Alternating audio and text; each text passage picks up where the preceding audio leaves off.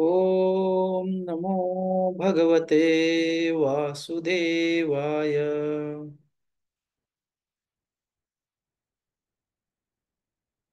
ओम नमो भगवते वासुदेवाय। ओम नमो भगवते वासुदेवाय।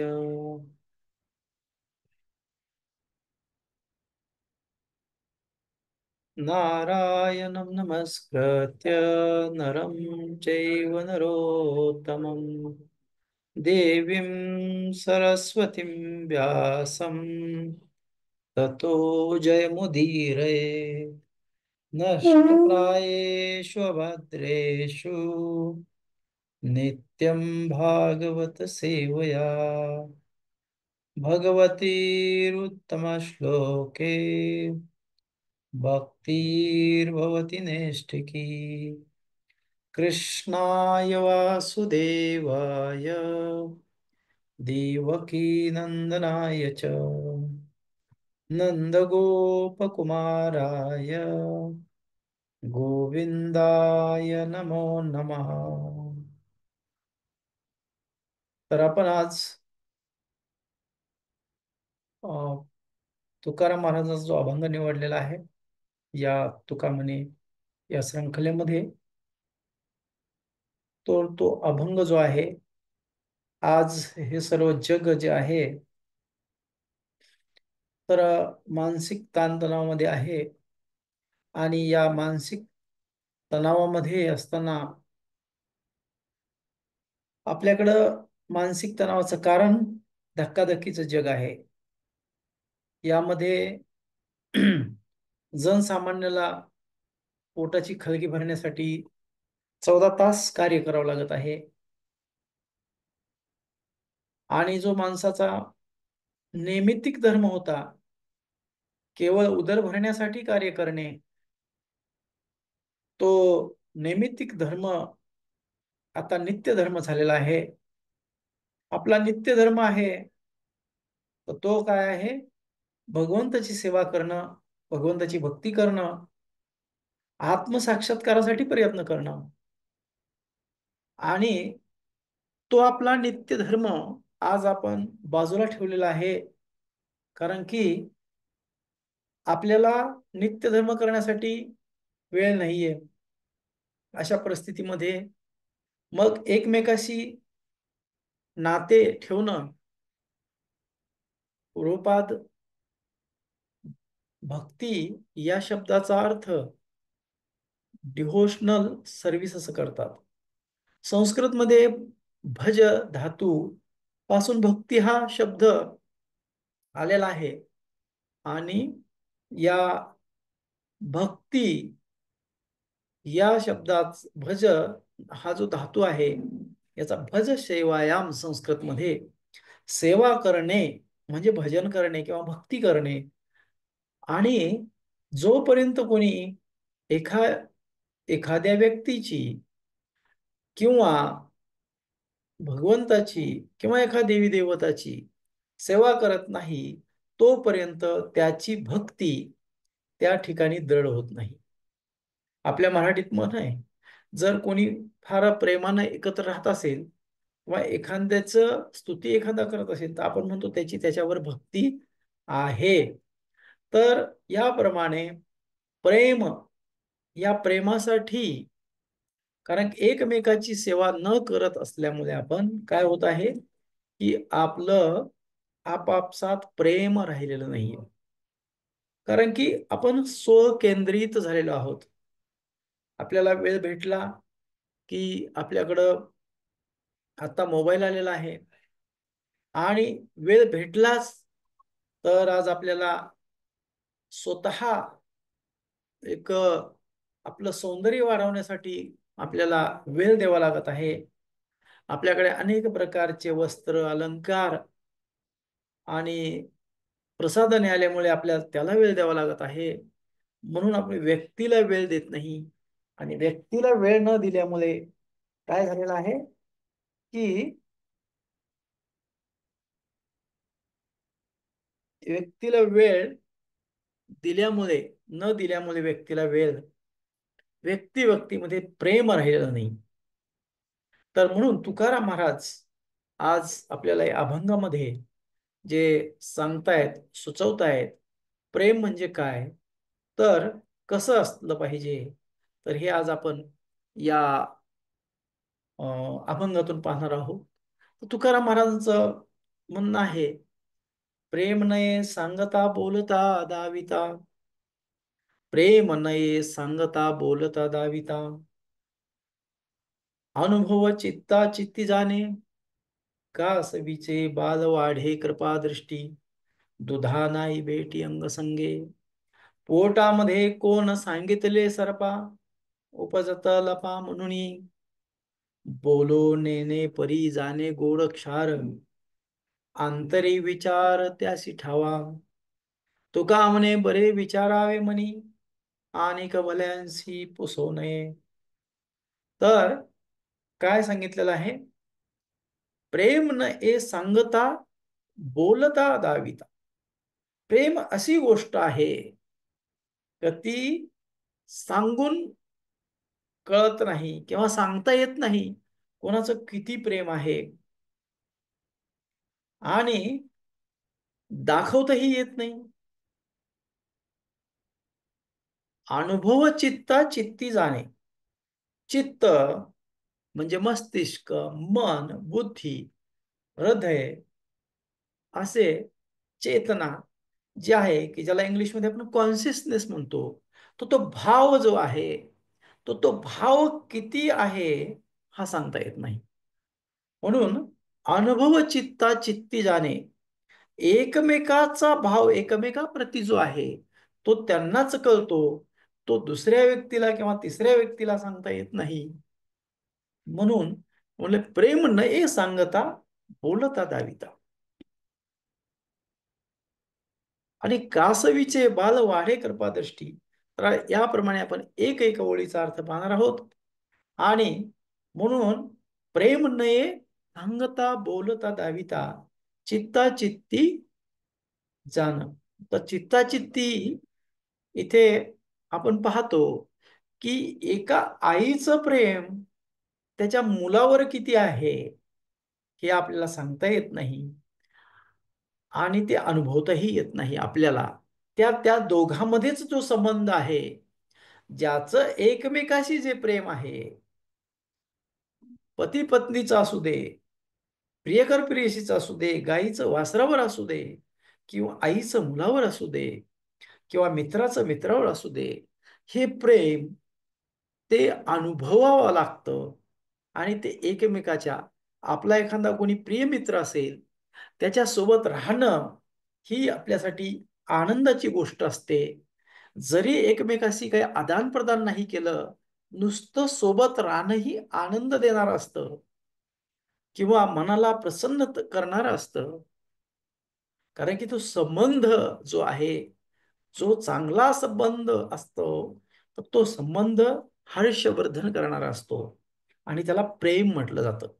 आणि आईला मुलाला, त्या मुलाला, लहान मुलाला अजिबात कळत नसतं, त्याला बोलताही येत नसतं, पण आई जवळ असली की ते आनंदाने खेळत असतं. तर तसं हे अ, प्रेम जे आहे, तर प्रेम हे बोलता किंवा सांगता येत नाही. या अगोदर मी तुम्हाला एक गोपींची गोष्ट सांगितली होती. तुम्हाला आठवते की नाही माहित नाही, का तुम्हाला सांगितली का दुसऱ्यांना? गोपींचं प्रेम कसं होतं ती गोष्ट तुमच्यापैकी कोणाला माहिती आहे का? कोणी ऐकलंय? हं? मी सांगितलेली आहे काही गोष्ट, का आता सांगू परत? परत सांगा प्रभूजी. हा. तर गोपीचं जे भगवंतावर प्रेम होतं या गवळणींचं, तर यमुनेच्या कडेला राहत असताना, हे वृंदावन यमुनेच्या ठिकाणी गोकुळ वसलेलं आहे आणि त्यांना पाणी आणण्यासाठी यमुनेवर जावं लागायचं. आता तुमच्यापैकी किती लोक गंगेच्या किंवा नदीच्या काठेवर राहिले ते मला माहित नाही, पण माझं बालपण हे नदीच्या काठेवर गेलेलं आहे. तर मला तसाच आमच्या गावातल्या ज्या स्त्रिया किंवा आमची आई त्या धुणं ज्याला म्हणतात कपडे असतात ते सोबत घेऊन जायचे आणि एक पाण्याची घागरी तीही सोबत घेऊन जायचे आणि तिकडे धुणं धुवून खांद्यावर धुणं टाकलेलं असायचं धुवून आणि डोक्यावर ती पाण्याची घागरी आणि कमरेवर एक घागरी असे ते घेऊन यायचे नदीवरनं आणि मध्येच एकमेकाला भेटल्या जाणारी स्त्री नदीवर आणि नदीवरून येणारी त्या एकमेकाला बोलायच्या. तसंच या गवळणीचं पण व्हायचं आणि आपण गवळणीचा बोलण्याचा विषय हा कृष्ण असायचा. त्या यशोदेच्या दाराहून त्यांना जावं लागायचं आणि जात असताना त्या गवळणी त्या कृष्णाला त्याच्यातली ती त्या गवळणी एकदाच मी कृष्णाला पाहणार असं म्हणायच्या आणि ते पाणी आणण्यासाठी ज्यावेळेस यमुनेला जायच्या आणि बोलता बोलता एकमेकीला भेटल्या की जिच्या खन कमरेवर भरलेली घागर आहे ती परत यमुनेला जायची आणि जिच्या हातात रिकामी घागर आहे ती परत घरी यायची कारण की त्यांचा विषय हा असतो कृष्ण. त्या कृष्ण वेड्या होत्या आणि एकदाच त्यांना कृष्णाचं पाहण्याचं आणि दिवसभर किती त्यांना त्या कृष्णावर जे कृष्णावर त्यांची आसक्ती होती तर त्यांना वाटायचं आता मी शेवटचं एकदाच कृष्ण पाहीन. तर तुम्ही पण काय करता की तुम्ही एकदाच एकदाच आता मी एकदाच चहा पिणार आणि याच्यानंतर चहा पिणार नाही म्हणून आता चहा पिता आणि पुन्हा दुसऱ्या दिवशी पण तुम्हाला चहा प्यावाच लागतो. त्याप्रमाणे त्या गोपी होत्या मी आता एकदा कृष्णाला पाहणार आणि परत मी माझे काम करणार परत त्याच्याकडे जाणार नाही असा त्याचा दिवस निघून जायचा आणि दिवस निघून गेल्यानंतर 4 वाजायचे आणि पूर्वी 4 वाजले की चूल पेटवावं लागायची आणि चूल पेटवायचं म्हणजे एक मोठं कार्य असायचं. त्या चुलीमध्येच दाबून ठेवलेला विस्तव असायचा किंवा तो विजला असेल तर शेजाऱ्याकडून आणावा लागायचा. म्हणून ही जी गोपी होती ही काय करायची की तो जो विस्तव आहे तो आणण्यासाठी जाणून बुजून ती आपल्या चुलीतला विस्तव ती विजेल अशा परिस्थितीत ठेवायची आणि सासूला म्हणायची सासूबाई अहो आता 4 वाजलेले आहेत आणि आपल्या चुलीत विस्तव पण नाही चूल पेटवावं लागणार आहे आणि मी जाते आणि एकदा काय करते बाजूकडून इस्तव घेऊन येते तो अंगारा घेऊन येते आणि तो कोळसा जळणारा घेऊन येते चूल पेटवते. पण तिला तो अंगार किंवा तो विस्तव आणायचा नसतो तर तिला काय करायचं असतं त्या कृष्णाला एकदाच पाहायचं असतं आणि मग ती जाते आणि परत घेऊन येते. परत आणल्यानंतर स्वयंपाक झाल्यानंतर आता लगेच चूल मुद्दाम विझवून टाकते कारण तिला परत एकदाच कृष्णाला पाहायचं असतं आणि म्हणून ती काय करते सासूला म्हणते अहो मी चुकून पाणी टाकलं विस्तावर पूर्णच विजला आता दिवा पेटवायचा राहिला मला दिवा. तर ती मग सासू सांगते जा आणि दिवा पेटून आण. मग ती हातात पंती घेते त्या पंतीत वाती असते आणि ती जाते. कुठे जाते त्या यशोदेच्या अंगणात जाते. यशोदेच्या अंगणामध्ये जे तुळशी वृंदावन असतं त्याच्यावर एक पंती ठेवलेली असती ती पंती तेवत असते आणि हिचं चित्त त्या कृष्णाच्या ठिकाणी लागलेलं असतं आणि त्या ही जाते सार त्या यशोदेच्या मांडीवर असलेला तो कृष्ण अंगणात ती खेळत होती ही त्या कृष्णाकडे एकटक बघत असते आणि आपलं बोट ती नेते आणि त्या तेवणाऱ्या पंथीवर ठेवते आणि ते बोट जळायला लागतं तरीही त्या गोपीचं जे चित्त आहे तर त्या कृष्णाच्या ठिकाणी असतं. ती कृष्णाला पाहत असते पण ते बोट जळालेल्याचा वास तांबड जळालेल्याचा वास जेव्हा यशोदेला येतो तेव्हा यशोदा म्हणते ए कार्टे बोट जळते की तेव्हा ती भानावर येते. असं त्या गोपींचं प्रेम आहे. म्हणून एक कवी म्हणतो गोपियों के एक एक आंसू में बहत गए लाख लाख कवी. तर ह्या कवीला कोणीतरी म्हटलं होतं की तुम्ही किती कविता करता ह्या कृष्णावर तुमचं किती प्रेम आहे तेव्हा तो म्हटला की माझं काहीच नाही गोपींच्या एका एका आशूमध्ये माझ्यासारखे लाखो कवी वाच जातील. हे गोपींचं प्रेम आहे ते सांगताही येत नाही बोलताही येत नाही आणि दाखवताही येत नाही असं हे गोपीचं प्रेम आहे. म्हणून असं प्रेम आपलं भगवंतावर असावं हा आपला नित्य धर्म आहे असं आपण इथं तुकाराम महाराजांना दर्शवायचंय. म्हणून ते म्हणतात प्रेम नाही सांगता बोलता दाविता अनुभव चित्ता चित्ती जाण. आणि म्हणून मग त्यांनी पुढे उदाहरण काय दिलेलं आहे तर कासवीचे बाल वाढे कृपा दृष्टी दुधा नाही भेटी अंगसंगे.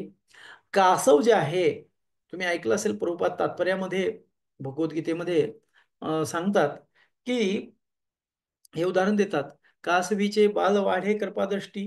कासव आपल्या बाळाला कुठल्याच प्रकारे अन्न खाऊ घालत नाही किंवा दूधही पाजत नाही किंवा अंगसंगही देत नाही. फक्त काय करतं, एकदा का ते पिलं जन्मले की त्यांना वर नेऊन ठेवतं आणि फक्त केवळ त्याला काय करतं, ते कृपा नुसतं प्रेमानं पाहतं आणि त्या पाहण्यावरून, नुसत्या दृष्टीवरून त्या पिल्लाची वाढ होते. ते पिल्लं मोठे होतात आणि आपलं जीवन जगायला लागतात. तर हे प्रेम आहे. तर हे याचा एक श्लोक आहे, ते पुढे मी तुम्हाला सांगणारच आहे. तर प्रेमामध्ये काय शक्ती आहे ते इथे तुकाराम महाराजाला सांगायचं आहे. आणि पुढच्या यामध्ये ते सांगतात, पोटामध्ये कोण सांगितले सर्पा, उपजता लपा म्हणजे. तर सर्प जो असतो, की इथे त्यांनी शिकवून दिलेले आहे. तर काय शिकवून दिलेले आहे, की साप आहे, साप आपल्या पिलांना जन्म देतो आणि जन्म दिल्यावर तो शिकवत नाही. काय शिकवत नाही, तर तो त्यांना हे शिकवत नाही की कोणी तुमचा आपला शत्रू आला तर लपून बसा. तर ते त्यांच्या अंगी असतंच. तसं आपल्यामध्ये जे प्रेम आहे, प्रेम आहेच. प्रत्येक जीवाच्या ठिकाणी काय आहे, प्रेम आहे. आणि हे जे प्रेम आहे, परंतु या भौतिक जगामध्ये प्रेमाचं रूपांतर कामामध्ये झालेलं आहे. आणि म्हणून या कामामध्ये जर कोणी अडकला तर तो रामाचा राहत नाही. म्हणून जो रामाचा आहे तो खरा कामाचा आहे. यासाठी प्रेम जागृत झालं पाहिजे. आणि हे प्रेम जागृत होण्यासाठी खरं प्रेम कोणासाठी असलं पाहिजे, तर ते भगवंतासाठी आहे.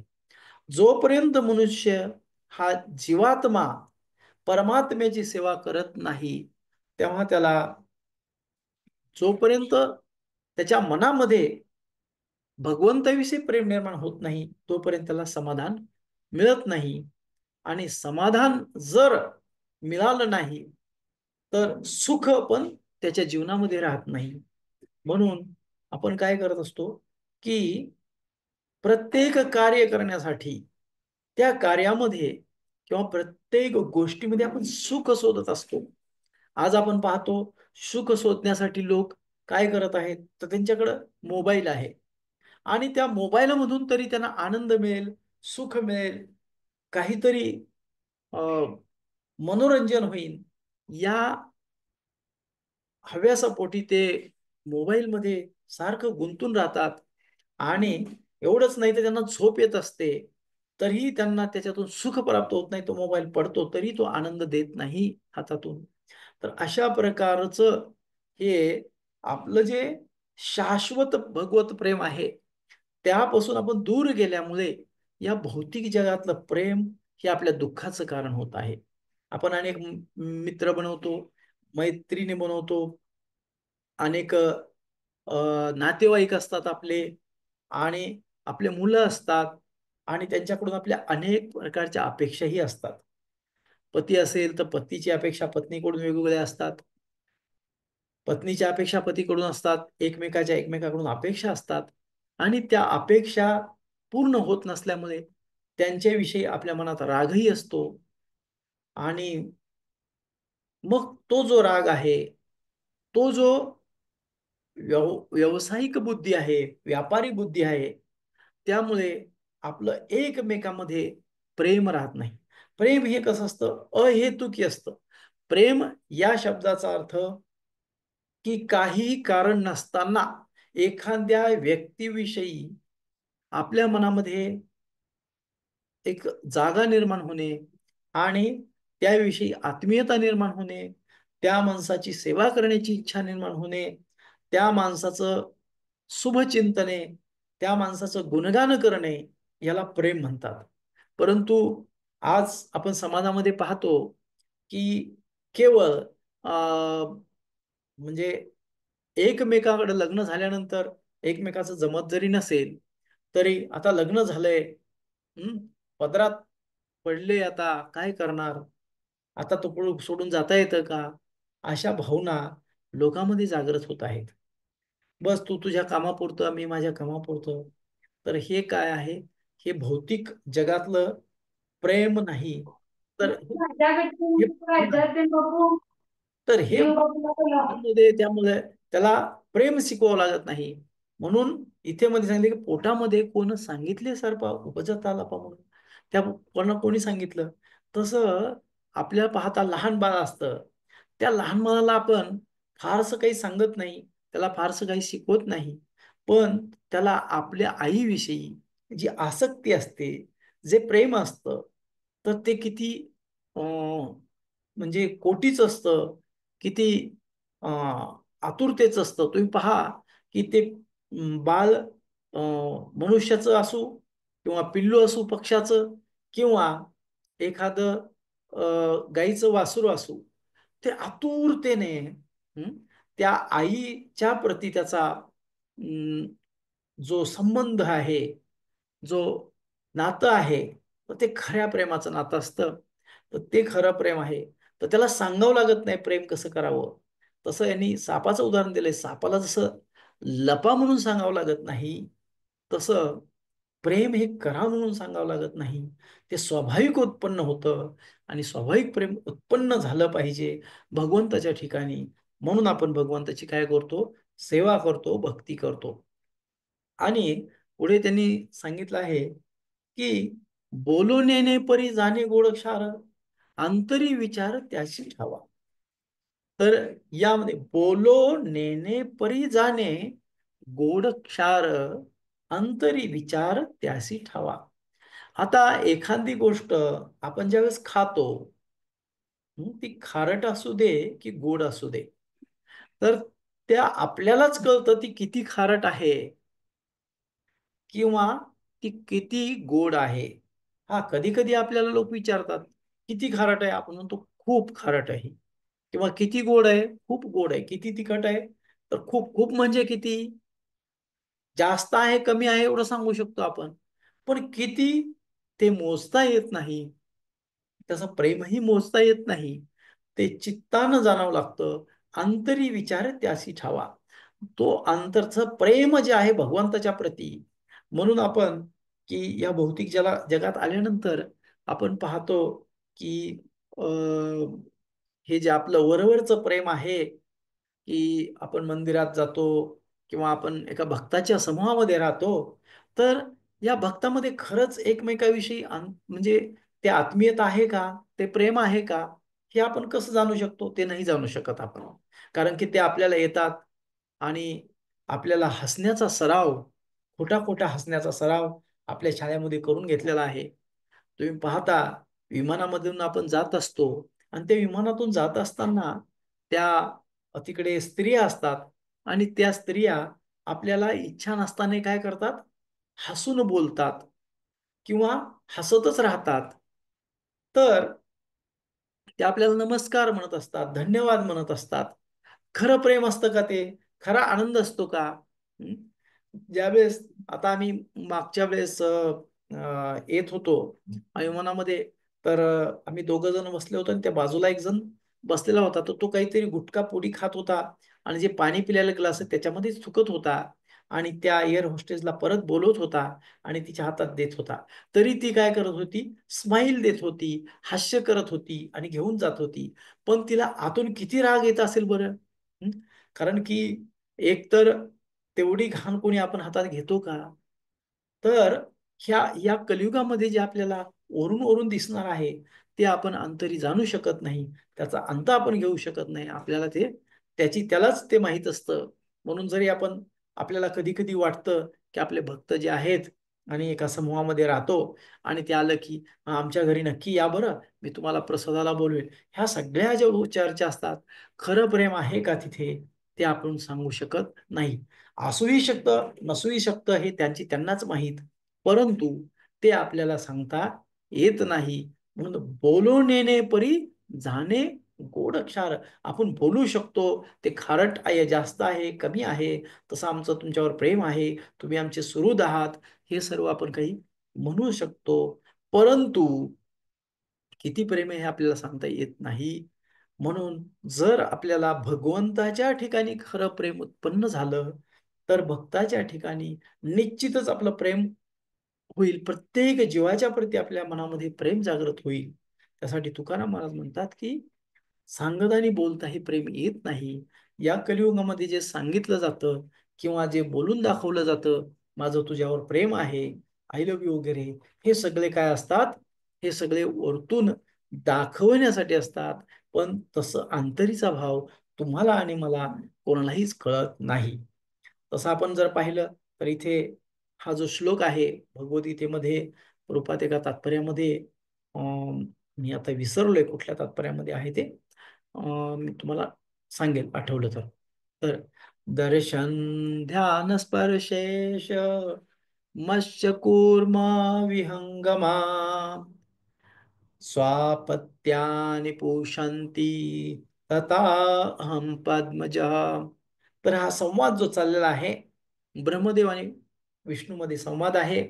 आणि या संवादामध्ये ते ज्यावेळेस ब्रह्मदेव विचारतात भगवंतांना, की भगवंता, की तुम्ही या तुमच्या भक्तांचं पोषण कसं करता, त्यांची देखभाल कशी करता, त्यांची काळजी कशी घेता, तेव्हा भगवंत त्यांना सांगतात, दर्शन ध्यान संस्पर्शे मत्स्य कूर्म विहंगमा.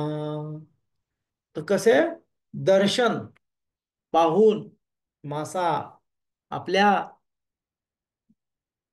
त्यांना काही तो दूध पाजत नाही पिल्लांना, तो फक्त त्यांच्याकडे पाहत असतो. कूर्म ध्यान करत असतो, म्हणजे कासव त्या पिल्लाचं त्या ध्यानाने कासव काय करतं, तर त्या आपल्या पिल्लाचं पोषण करतं. आणि स्पर्शेन संस्पर्शे विहंगमा, विहंग म्हणजे पक्षी, हे जे पक्षी आहेत ते काय करतात, केवळ स्पर्शाने त्या अंड्याला स्पर्शाने उभवतात. त्या अंड्याला स्पर्श करून करून त्याला उभवून ते उभवतात. आणि ज्यावेळेस ते जन्माला येतात तर त्या पिल्लांनाही ते फक्त स्पर्श करून करून त्यांना पंख फोडतात. आणि त्यानंतर ते मोठे होतात. त्यांचा कुठलाही उपाय नसतो. त्या प्रकारे म्हणतात की आपापली पिल्ले पोचतात. त्याचप्रमाणे हे पद्मजा, पद्मजा म्हणजे काय? पद्म म्हणजे कमळ, आणि अजा जन्मलेला, कमलातून जो जन्मलेला ब्रह्मदेव आहे, मी देखील भक्ताचे पोषण करतो. तसे भगवंत आपलं पोषण करतात, कारण की त्या भगवंताचं आपल्यावर प्रेम आहे. का प्रेम आहे? कारण आपण त्यांचे कोण आहोत? आपत्य आहोत. आपण त्यांचे अंश आहोत. कारण भगवद्गीतेत भगवंत स्पष्टपणे सांगतात, ममे वांशो जीवलोके जीवभूत सनातन. आणि आपणही प्रार्थनेमध्ये म्हणतो, त्वमेव माता च पिता त्वमेव, तुम्हीच माझे माता आहेत आणि तुम्हीच माझे पिता आहेत. परंतु आपण आपलं कर्तव्य सोडल्यामुळे, ठीक आहे, आपण आपलं कर्तव्य सोडलं, आपण आपल्या माता पिता असणाऱ्या परमेश्वरावर प्रेम करत नाही, म्हणून आपलेही मुलं आपल्यावर प्रेम करत नाहीत. पण भगवंत हे, जसं आपण आपल्या मुलावर प्रेम करतो पण मुलं आपल्यावर प्रेम करत नाही, भगवंत आपल्यावर प्रेम करतात पण आपण भगवंतावर प्रेम करत नाही, ही परिस्थिती या भौतिक जगामध्ये, या भौतिक भोगविलासामुळे आणि सुख सोयीमुळे, या सोयी आहेत पण सुख नाहीये. तर या सुविधा ज्या आहेत, वेगवेगळ्या प्रकारच्या सुविधा आल्यामुळे आपल्या शरीराला जो मिळणारा आराम आहे, म्हणून आपण रामाला विसरून गेलेलो आहोत. आराम मिळाला की मनुष्य रामाला विसरतो, आणि रामाला विसरला की तो कुठल्याही कामाचा राहत नाही. अशी परिस्थिती या भौतिक संसाराची होत चाललेली आहे. मग तो कोणीही असो. बाह्यदृष्ट्या माझ्यासारखा दिसेल तुम्हाला, गळ्यात कंठीमाला आहे, तिलक आहे, सर्व आहे, परंतु या भोगविलासामध्ये, या आनंददायी जीवनामध्ये मला त्या रामाची, त्या कृष्णाची आठवण तळमळीनं होईल हे सांगता येत नाही. तर अशा प्रकारे तुकाराम महाराजांना म्हणायचे, बोलो नेने परी जाणे गोड क्षार, अंतरी विचार त्याशी ठावा. त्या अंतरी काय चाललंय ते त्यालाच ठाव आहे असतं. त्या गोड किंवा तिखट खाणाऱ्याला किंवा त्या खारट खाणाऱ्यालाच माहित असतं ते किती तिखट आहे. तसं हे प्रेम जे आहे ते तोच जाणू शकतो, आपण सांगू शकत नाही. पुढे तर तुका म्हणे बरे विचारावे म्हणी, आणिक भल्यासी पुसो नये. तर हे जे प्रेम आहे, या प्रेमात काही बंधन आहेत का? तुका म्हणे बरे विचारावे म्हणी. आपल्या मनालाच आपण विचारू शकतो. दुसरं आणिक भल्यांनी पुसू नये. मग आपल्याला कोणी विचारलं, तुमचं यांच्यावर किती प्रेम आहे, सांगता येईल का ते? नाही. ते आपल्या मनालाच आपण विचारलं पाहिजे की आपलं प्रेम खरंच कोणावर किती आहे, आणि ते व्यक्त करायची गरज आहे का? खरं प्रेम असेल तर तो बोलून दाखवावं लागतं का? नाही, बोलून दाखवायची गरज नसते. परंतु कधी कधी या भौतिक जगामध्ये बोलून दाखवलं तर आपल्याला वाटतं की ते खरं प्रेम आहे. बोलून नाही दाखवलं तर आपल्याला वाटतं ते प्रेम नाही. तर यामध्ये आपण वेगवेगळे प्रसंग जर पाहिले, गोपी ज्या आहेत, तर या गोपींचं प्रेम आहे ते तुम्हाला मी उदाहरण सांगितलं. आणि गोपींचा जो भाव आहे, तर त्या गोपी त्या कुठलाच विचार करत नाही की आपले ज्यावेळेस भगवंत बासरी वाजवतात त्यावेळेस ते त्यांच्या मेकअपचा विचार करत नाहीत, अंगावर काय धारण केलंय त्याचा विचार करत नाहीत, घरचे सासू सासरे पती वगैरे काय म्हणतील, समाज काय म्हणेल याचाही विचार करत नाहीत. तर ज्यावेळेस खरं प्रेम असतं, एखाद्या मित्रावर आपलं जर खरं प्रेम आहे, की मग आपण हा विचार करत नाही की तो जो आपला मित्र आहे, की मग तो कुठल्या परिस्थितीत आहे, मग त्यांनी एखादा अपराध केलेला आहे की काही आहे. एखादा आपला मित्र आहे आणि तो मित्र त्यांनी काही अपराध केला आणि त्याला तुरुंगात जावं लागलं, तर आपण त्याच्याशी मैत्री तोडतो कारण तो अपराधी आहे. पण जर खरं प्रेम असेल तर आपण त्याचा तो अपराध पाहणार नाही, तर आपण ती मैत्री तशीच कायम राहील. तुका म्हणे बरे विचारावे म्हणे, त्यावेळेस म्हणून आपण मनाला विचारलं पाहिजे की या समाजामध्ये माझे जे मित्र मैत्रिणी आहेत किंवा भक्त आहेत किंवा भगवंत आहेत, माझं त्यांच्यावर जे प्रेम आहे तर ते खरं किती आपल्यालाच माहित आहे. समाज काय म्हणेल, लोक काय म्हणतील, माझे काउन्सलर काय म्हणतील, यासाठी मी नित्य मंगल आरतीला गेलं पाहिजे, त्यांच्या सोबत जप केला पाहिजे, आ, त्यांना आवडतील असे वस्त्र घातले पाहिजे, हे योग्य आहे की मनानं विचार केला पाहिजे की खरंच माझ्या मनी किती प्रेम आहे? तर तुका म्हणे बरे विचारावे म्हणी, आणिक भल्याशी पुसू नये. म्हणून इतरांना विचारू नये आपण, मग भल्यांनी आणिक भल्यांनी पुसू नये. आपण दुसऱ्याने जर विचारलं तुमचं किती प्रेम आहे हो, नाही सांगता येणार. तर हनुमान जे आहेत त्यांचं भगवंतावर किती प्रेम होतं हे आपण त्यांना विचारू शकतो का? आपण त्यांच्या कृतीमधूनच आपल्याला ते दिसून येतं. कृतीमधून नव्हे, क तर त्यांनी जे कार्य केलं तर ते कार्य आपल्याला त्यांची ती भक्ती दाखवणार आहे. हनुमानाला लंका जाळी नव्हती सांगितली, परंतु त्यांनी आपले स्वामी प्रभू रामचंद्र किती थोर येतं हे दाखवण्यासाठी त्यांनी एक त्यांच्या शक्तीचं थोडकं प्रदर्शन म्हणून ते करून आले. आणि त्यांच्या स्वामीच्या म्हणजे आपल्या प्रभू रामचंद्रावरील प्रेमापोटी त्यांनी स्वतःला सेफ्टीला जाळून घेतलं. हं? आणि असं म्हणतात की त्यांचं तोंडही तेव्हाच काळं झालं, ते हे हे झालं तेव्हा. तर अशा प्रकारे जे हनुमान आहेत त्यांनी जो आपल्या एकनिष्ठ, तर ते म्हणले की रामाचा नाही तो आमच्या कामाचा नाही. त्यांचं रामावर एवढं प्रेम होतं, जेव्हा सीता मातेने त्यांना हार दिला तर तेव्हा ते ते हारातले मणी ते फोडून पाहत होते, आहे का याच्यात राम? मग सीतामाईने विचारलं की का तुम्ही असे हे एवढा मोत्याचा हार मी तुम्हाला दिलाय आणि तुम्ही याला फोडून पाहताय, याचं कारण काय? म्हणे त्या मोत्यामध्ये त्या मण्यामध्ये राम आहे का मी पाहतो. तेव्हा त्या सीतामायाने विचारलं तुझ्यात तरी राम आहे का मग?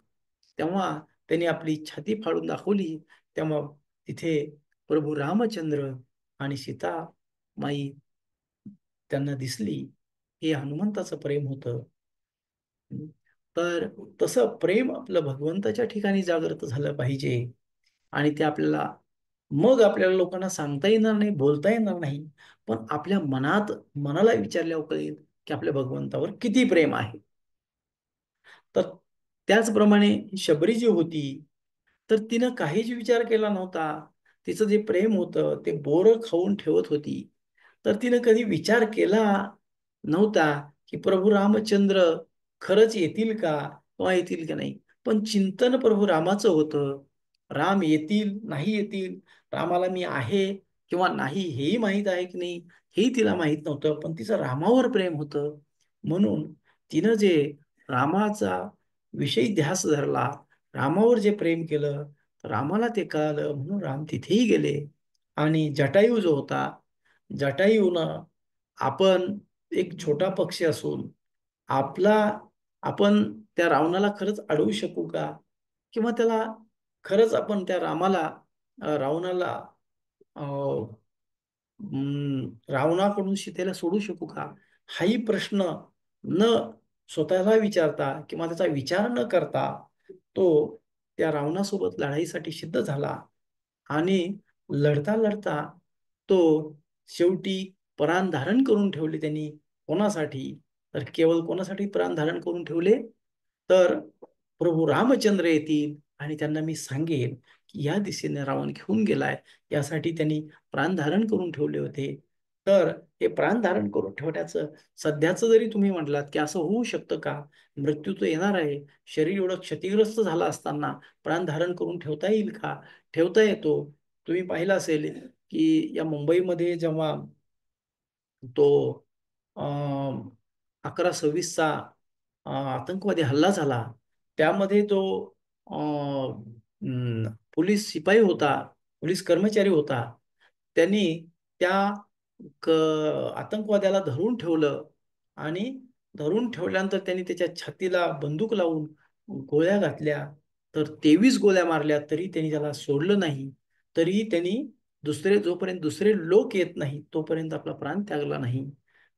तर अशा प्रकारे प्राण धारण करता येतो. या भौतिक जगातले लोक ही आपल्या कर्तव्यासाठी एवढं मोठं धाडस करतात.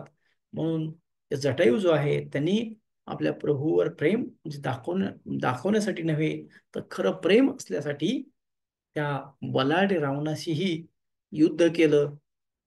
तर त्या मनालाच तसं आपण विचारलं पाहिजे. खरंच हे जे भक्त आहेत, गोपी आहेत, शबरी आहे, हनुमान आहेत, किंवा हे जे जटायू आहे, आणि जटायूच्या त्याच प्रकारे जे प्रभुपाद आहेत, तर त्यांनी किती वेदना सहन करून या जगभरामध्ये कृष्णाचं नाव पसरवण्यासाठी किंवा भगवंताचा संदेश देण्यासाठी, लोकांना भक्ती देण्यासाठी जो प्रयत्न केला, तर त्यांच्या वेदना त्यांनाच त्या माहीत. त्यांना काय सहन करावं लागलं तेही त्यांनाच माहीत. आणि भगवंतावर त्यांचं किती प्रेम होतं की आपण त्यांच्या कृतीतून पाहू शकतो किती अतुनात प्रेम होतं. तर ते प्रेम आपल्या जागृत व्हावं म्हणून आपण काय केलं पाहिजे, तर आपला नित्य धर्म आणि नैमित्तिक धर्म, या धर्मामध्ये नित्य धर्म म्हणजे काय आहे, तर भगवंताची सेवा करणं, भगवंताची भक्ती करणं. नैमित्तिक धर्म म्हणजे पोटासाठी नोकरी वगैरे करणं. तर ती आपण किती करायची, भगवंताला किती वेळ द्यायचा, आणि समाजामध्ये देखाव्यापेक्षा किती चांगलं वागता येईल, कसं मन आपलं निर्मळ ठेवून लोकांशी संबंध चांगले ठेवता येतील, याचा जर आपण सतत विचार करू, तर त्या दिशेने आपल्याला जाण्यासाठी मदत होईल. अं, आपल्याला आता वेळ तर झालेली आहे. आपल्याकडं 4 मिनिटं आहेत. कशासाठी? तर प्रश्न उत्तरासाठी. हा, हरे विचारा. कृष्ण. कोणाला काही प्रश्न असेल तर तुम्ही विचारू शकता अनम्यूट करून. आम्ही प्रभूजी, तुम्हाला काही प्रश्न आहे का? हरे कृष्णा. हा, दंडवत प्रणाम माताजी. हा, दंडोत प्रणाम विचारा. दंडवत प्रणाम प्रभूजी. खूप छान हा, क्लास दंडोत होता. प्रणाम. क्लास ऐकताना माझ्या मनात हाच प्रश्न आला होता की हम्म, हम्म. आपल्याकडे तर आपल्या मनामध्ये स्वाभाविकपणे भगवंतांसाठी तितकं प्रेम नाहीये, तर ते कसं जागृत करावं किंवा त्यासाठी काय करावं, थोडस अजून प्रभूजी सांगितलं तर बरं होईल. मला इतकं समाधान आहे.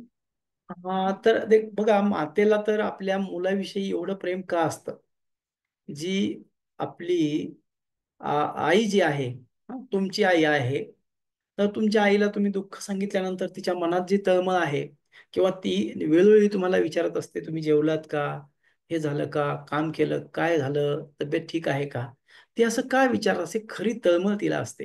आणि ती तळमळ निर्माण होण्याचं कार्य का का असतं तसं होणं, तर आतोनात सेवा केलेली असते, अगदी लहानपणापासून सेवा केलेली असते. आणि जर तुम्हाला याचं आज तुम्हाला आजच्या भौतिक जगात जर पाहिलं, तर डिवोर्स होण्याचं कारण काय, एवढे डिवोर्स होत चालले. तर पुण्यामध्ये डिवोर्स रेट हा सध्या 63 ते 64% आहे. तर असा का हे होण्याचं, आणि पूर्वी लोक शिकलेले नव्हते, मोठमोठे कम्फर्टेबल घरं नव्हते, तरीही त्या पती पत्नीमध्ये जरी थोडंफार भांडण होत असेल तरी ते प्रेमानं का राहत होते, त्यांच्या डिवोर्स का होत नव्हते, तर एकमेकांची सेवा. म्हणजे कोणाची असो, मुलं पण त्यावेळेस, मुलं पण आई वडिलापासून दूर राहत नव्हते. जन्मल्यापासून ते म्हातारपणापर्यंत ते एकत्र कुटुंबात राहत होते. आणि एकत्र कुटुंबात राहिल्यामुळे विचारांचं आदान प्रदान, वस्तूंचं देवाणघेवाण आणि एकमेकांची सेवा ही करावीच लागायची. आणि त्यामधून प्रेम जागृत व्हायचं. जर तुम्ही पाहिलं की जे पूर्वीचे लग्न व्हायचे, तर ते बालवयात व्हायचे. म्हणजे साधारण 15-16 वर्षाचा, 14-15 वर्षाचा मुलगा असायचा, 7-8-9 वर्षाची मुलगी असायची. आणि तेव्हापासून त्यांना त्या एकमेकाविषयी जे काही सेवा करण्याचा अवसर मिळायचा, त्यामधून ते प्रेम जागृत व्हायचं. जर आपण पाहिलं, अभिमन्यूचं लग्न असू द्या, किंवा अर्जुनाचं आणि याचं रामाचं, यांचं वय ते काय होतं, परंतु त्यांचे जे हे आहे. तर आज काय झालेलं आहे की मनुष्य जसं ते वाळल्याला बांबू वाकत नाही, त्याप्रमाणे आपण समाजामध्ये मुलं मुली 30-35 वर्षाच्या होत आहेत. आणि मग त्यांना अनेक अनेक ठिकाणी राहत, सारखे ठिकाणं बदलावं लागत आहेत. आणि मग त्या ठिकाणात राहत असल्यामुळे एका विषयीशी त्यांचं आदान प्रदान नाहीये, आई वडिलांशी नाही, आई वडिलापासून दूर राहावं लागतंय मुलांना शिक्षणासाठी. आणि दिवसभर आता जरी तुमचे मुलं असले, तुम्ही विचार करा, त्यांना बरेच मुलं मी पाहिले की त्याला डे केअर मध्ये ठेवतात, आणि डे केअर मधून काढून परत त्याला बालवाडीला, अंगणवाडीला पडतात. सकाळपासून ते शाळेत असतं, ट्युशनला असतं, संध्याकाळी आलं झोपलं असतं. मग त्याला काय, झोपलेला झोपेत काय कळतं शेजारी कोण झोपलंय. यामुळे आपली आत्मीयता आणि प्रेम हे कमी होत चाललेलं आहे. आणि त्याला आपल्याला, तुम्ही म्हणाल मग याला पर्याय काय आहे, याला पर्याय काही नाही, की आपला जो वैयक्तिक वेळ आहे, तर हा वेळ तो कमी करून आपण काय केला पाहिजे, की जे आपले नातेवाईक आहेत, आपले सुहृद आहेत, आपले घरचे आहेत, मुलं आहेत, किंवा आपले आई वडील आहेत, त्यांच्यासाठी दिला पाहिजे.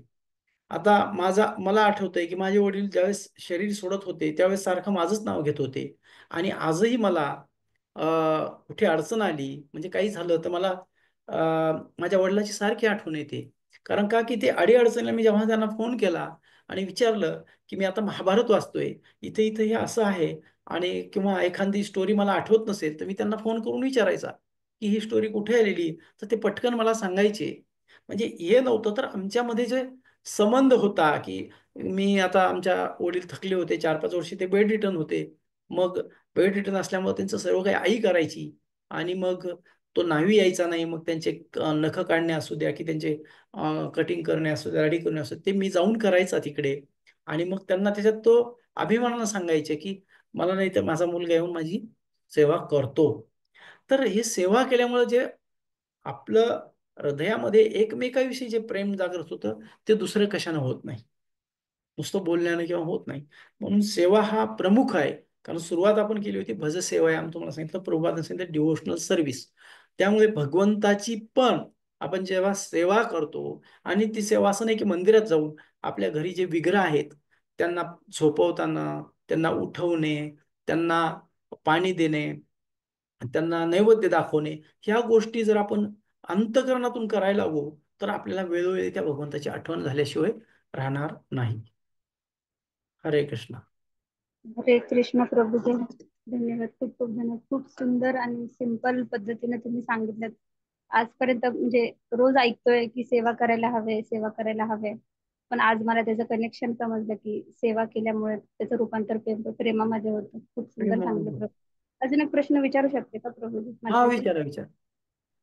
प्रभूजी, जसं सांगितलं की आपलं मन निर्मळ राहिलं पाहिजे. पण हम्म हम्म बऱ्याच वेळा समाजामध्ये, घरामध्ये, कुटुंबामध्ये वावरताना आपण हम्म. सर्वांच्या प्रती समभाव किंवा प्रेमाचं वातावरण म्हणजे तो भावाने आपण वागण्याचा प्रयत्न करतो.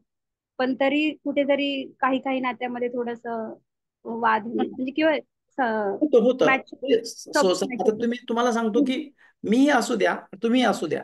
आता तुम्हाला वाटत असेल की आम्ही इकडे आश्रमात राहतो, सगळे आनंदाने प्रेमात राहतो. नाही, की कोणाविषयी तरी वेगवेगळा भाव आपल्या मनामध्ये असू शकतो आणि ते असणं स्वाभाविक आहे, ते काही नाही.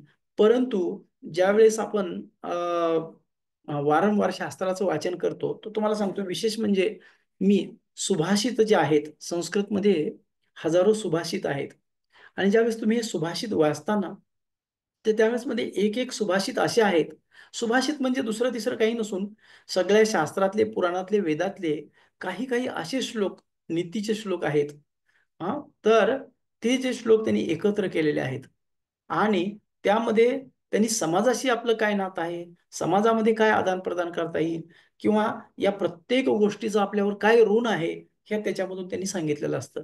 आणि म्हणून आपण हे ज्यावेळेस असं वाचन करत असतो, हे वाचन स्वाध्याय का सांगितलंय, ते वाचन करत असताना कोणाविषयी जर आपल्या मनामध्ये शत्रुत्व असेल, द्वेष असेल, आणि आपल्या वाचनात आलं की अरे बाबा, कोणाविषयी जर द्वेष ठेवला तर आपण विंचू होऊ किंवा साप होऊ, आणि कोणाविषयी प्रेम निर्माण केलं तर आपल्याला कमळ किंवा एखादा राजाचं पद मिळेल. तर हे असं वाचल्यानंतर आपलं मन शिथिल व्हायला लागतं. भगवंत कोणावर तर असे अनेक प्रकारचे जे श्लोक आणि सुभाषित आहेत, तर ते आपल्या याच्यात निर्माण केलेले आहेत. पण आपलं काय झालेलं आहे की आपण इंग्रजी शाळेत शिकलो, आणि इंग्रजी शाळेमध्ये शिकल्यामुळं आपल्याला ते अनुवादित केलेले पुस्तकं, ते त्याच्यामध्ये काही रस नसतं, ते रुष्ट असतात, आणि ते आपल्याला मूळ रस प्राप्त होत नाही. आणि म्हणून आपल्याला वाचायचं म्हणजे काय, की आज तुम्ही असू द्या की मी असू द्या, मला इथे वाचायचंय म्हणजे ते भक्ती वैभव किंवा भक्ती वेदांत कोर्स पास करायचा आहे म्हणून त्यापुरतं मी वाचतो, किंवा एखादा TTC काय जे काही कोर्स असतील त्यासाठी आपण ते करतो. आणि ते सगळं कसं असतं, ते सगळं निरस असतं. पण जिथे आपल्याला रस मिळतो ते जर वाचलं, आता समजा मी हनुमान चालीसा वाचतोय, तर त्या हनुमान चालीसामध्ये हनुमान कसे आहेत, त्यांचं गुणगान आहे, ते काय करू शकतात, किंवा मी युगलाष्टक वाचतोय, त्याच्यामध्ये राधाकृष्णाचे काय संबंध आहेत ते आहेत, किंवा गोपींचे संबंध काय आहेत, शिव पार्वती मधला संवाद काय आहे, की ते राधाकृष्णाविषयी काय विचार करतायत. तर असे अनेक अनेक छोटे छोटे ग्रंथ आहेत, आणि त्यामधून कथा आहेत, की सुदामा जो आहे, तर तो जाताना त्याला काय अडचणी आल्या, असे जे संवाद आहेत किंवा त्या छोट्या छोट्या गोष्टी आहेत, तर त्याच्यामधून आपल्याला कळतं की आपण दुष्टभाव ठेवला तर काय होतं. आता जर पाहिलं की आता रामायण असं झालं की अंगद जो आहे, अंगद ज्यावेळेस याला शिष्टाई करायला जातो रावणाला, तर रावणाला त्याचे दुर्गुण तो काय आहेत, आणि त्यांनी कसं त्याला बाली नाही केलं. मग आपल्याला कळतं की बाबा या जगात कोणी श्रेष्ठ किती असला तर प्रत्येकाला चढ. मग या सगळ्या गोष्टी आता काय असतं आपल्यामध्ये, आपण श्रेष्ठ आहेत हा भाव आल्यानंतर आपण दुसऱ्याला कनिष्ठ समजायला लागतो. परंतु ज्यावेळेस आपल्याला कळतं की आपल्याला काहीच येत नाही, तुम्ही एक छोटंसं उदाहरण घ्या. एखाद्या ठिकाणी आपण जातो आणि एखाद्या इंटरव्ह्यूला आपण गेलो, आणि सगळे लोक पटापट पटापट उत्तरं देत आहेत, किंवा एखाद्या वर्गात आपण आहेत आणि आपल्याला उत्तर येत नाही, त्यावेळेस आपण किती नम्र झालेलो असतो. आणि एखाद्या वेळेस आपल्याकडून काही मोठी चूक होते आणि सगळे आपल्याला बोलतात, त्यावेळेस आपण शांत असतो का, तर ते आपल्याकडून चूक झालेली आहे म्हणून सहन करतो. आणि नसेल तर आपण त्याला प्रत्युत्तर देतो. त्यामुळे आपल्यामध्ये हा भाव असला पाहिजे, आणण्याचा प्रयत्न केला पाहिजे, की ठीक आहे की ह्या माझ्या कर्मामुळे हे माझ्यावर रागवला, पण त्याचा दोष नाही. एक तर आपलं कर्म आपण प्रधान समजलं पाहिजे, की मागच्या कर्मामुळे मला दुःख सहन करावं लागतायत, आणि हे मिळालं पाहिजे की भगवंताच्या कृपेमुळे मला जे काही चांगलं मिळतंय ते भगवंताच्या कृपेमुळे आहे. या गोष्टी, दोन तीन गोष्टीची जाणीव आपण ठेवली, आणि वारंवार अशा भक्तांच्या संग राहिलं की जे नम्र आहेत, किंवा ज्यांची भगवंतावर नितांत श्रद्धा आहे, किंवा शास्त्राचं जर कुठलंही तुम्हाला भगवद्गीता आवडू द्या, भागवत आवडू द्या, रामायण आवडू द्या, महाभारत आवडू द्या, ते वाचत राहिल्यानंतर तुम्हाला कुठे कुठेतरी असे श्लोक सापडत असतात की ज्यामुळे ते तुम्हाला भगवंताशी नाते किंवा या समाजामध्ये जे आपल्याविषयी द्वेष आहे. आता एक मला ट्रेनमध्ये आपल्या बसमध्ये बसल्यावर एक लेडी टकल्या बिकल्या असं काय म्हणत होती, तुला अक्कल आहे की नाही. त्यावेळेस माझ्या पायाला लागलेलं होतं, पाय सुजलेला होता आणि मी सिटी बसमधून येत होतो. तर मी त्यांना म्हणलं, माताजी तिकडे सारखं माझ्या पायाला लागतंय. तर ती म्हणली, माताजी म्हणतोय आणि बसू देत नाही, पुरुष असून बसलाय, मी स्त्री असून मला बसू देत नाही, असं काय काय ती म्हणत होती. पण मी त्यावेळेस एक विचार केला तिला उत्तर देण्याऐवजी, की माझं कर्म असं असेल की पब्लिकमध्ये मला लोक नमस्कार करतात, आदर देतात, आणि पब्लिकमध्ये मी काय मागचं काही कर्म असे असेल तर भगवंताने माझ्या शुद्धीकरणासाठी या स्त्रीला पाठवलेलं आहे, की तिचा दोष नाही. तर कधी कधी हे भाव, आता हे कुठून आलं, ते मी एकदा राधा गोविंद महाराजांचं लेक्चर ऐकत होतो, त्याच्यामधून मला ते मी अगोदरच्या दिवशीच मी ते ऐकलं होतं. त्यामुळे मला तिथं ती सहनशीलता निर्माण झाली. तर असं आपल्याला साधू संघाच्या संगतीतून किंवा शास्त्रामधून मिळत राहतं. हरे कृष्णा. क्षमा करा मी काही मनाचं बोललो असेल. Thank you Prabhuji, thank you. हरे खूप छान सांगितलं प्रभूजी, अगदी समजेल असं. थँक्यू हरे प्रभूजी. थँक्यू. थांबू आता आपण, है ना, वेळ होऊन गेले. हरे कृष्ण. धन्यवाद धन्यवाद प्रभूजी. हरे कृष्णा. सर्वांना धन्यवाद. धन्यवाद. हरे कृष्ण. धन्यवाद प्रभू. वाञ्छा कल्पतरुभ्यश्च कृपा सिन्धुभ्यश्च पतितानां कृपया पावनेभ्यो वैष्णवेभ्यो नमो नमः. हरे भारतकोटि कृष्ण वैष्णव प्रभू. जय दंडवत श्री प्रणाम. प्रभुपाद की जय. हरे कृष्ण नमस्कार प्रभू. की जय. हरे कृष्णा. धन्यवाद सर्वांचे. हरे कृष्ण प्रभूजी, दंडवत प्रणाम. हरे कृष्ण. हरे राम.